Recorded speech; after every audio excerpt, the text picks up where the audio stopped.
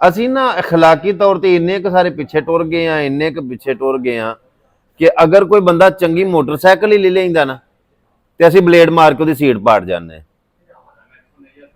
अगर कोई चंगी गड्डी ले लईए ना किसी ने, साडी उहदे नाल नहीं ना बनदी, असीं उहदी गड्डी दी झरीटां मार जाणियां। अगर किसी ने बाहर वाली साइड ते शीशा लवा लिया ना कोठी नूं मकान नूं, सानूं बर्दाश्त नहीं ना होया ते असां उस शीशे नूं मेरा मतलब पत्थर मार जाने। अगर सानूं मिसाल के तौर के उत्ते किसी की वेली चंगी नहीं ना लगी, अगर किसी का सानूं मतलब डेरा चंगा नहीं लगा या वह माल डंगर जो कुछ उत्थे सानूं नज़र आउंदा पिया, साडा किते वास नहीं ना चलिया तो असीं जी करे तो उहदा मेरा मतलब है वो डंगर ही खोल छड़ीए। सानूं किसी की फसल चंगी नहीं ना लगी, वन आईए तो असीं जी करे तो जांदियां जांदियां मतलब ओहदी फसल दे विचों पानी जिहड़ा ना वो अगली पैली च तरोड़ जाइए। जब उसकी फसल में पानी नहीं चाहिए, जो पानी लगा तो उसकी फसल खराब हो जाएगी। तो अखलाकी तौर पर असीं इन्ने क गिर गए हैं, इन्ना क पिछे चले गए हैं कि जी करे तो उसकी फसल में पानी नहीं चाहिए, खराब करने वास्ते असीं उसकी फसल दे विच पानी छड़ छड़ांगे। ये की है? बीमार ज़हन की निशानी, थकियां कौमां की निशानी। बर्दाश्त करना चाहिए। जे किसी ने कोई शै ले लईए, अगर कोई बंदा नमाइश करता पाया, फॉर एग्जाम्पल एक बंदा वो नमाइश करता पाया, दिखावा करता पाया, या मिसाल के तौर के उत्ते पब्लिक नूं वहांदा पाया, यार तुसीं वेख ही लो।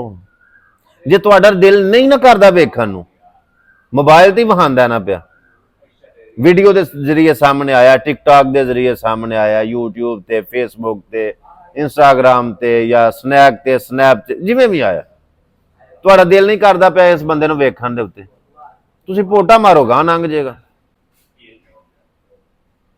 नहीं ना दिल करदा वेखण नूं, तुहानूं बंदा बर्दाश्त नहीं ना हुंदा, वो स्क्रीन तुसीं ऑलरेडी स्क्रोल करदे हो पे, हुण गां कढ छड़ो। किहड़ा औखा काम है, किहड़ा मुश्किल है, तुहानूं बर्दाश्त नहीं होया। साडे विच बर्दाश्त नहीं है, सानूं मतलब अगले नूं वेखण मैनू मनो बस मैं जो मैं आना घुमन साहब जो ने बस घुमन साहब, ये बीमार ज़हन की निशानी। यानी कि सिर्फ मैं अच्छा भाई तेरे तो अलावा और दुनिया के उत्ते कोई ऐसा बंदा नहीं होया कि जिहड़ा तेरे तो अप लैवल दे भी हो।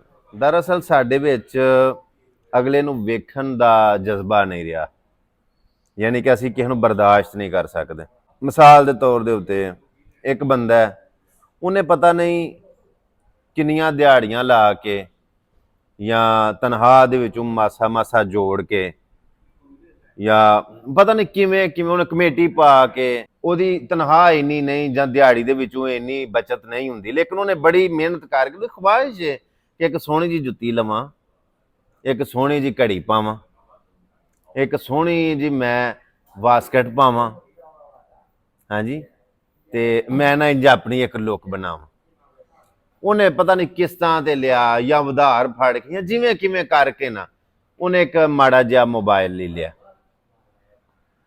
हुण उन्हें अपने चाऽ वास्ते, अपनी रीझ वास्ते, अपनी ख्वाहिश वास्ते उन्हें सारियां चीज़ां जो जिहड़ियां ने ना वो ले लईयां।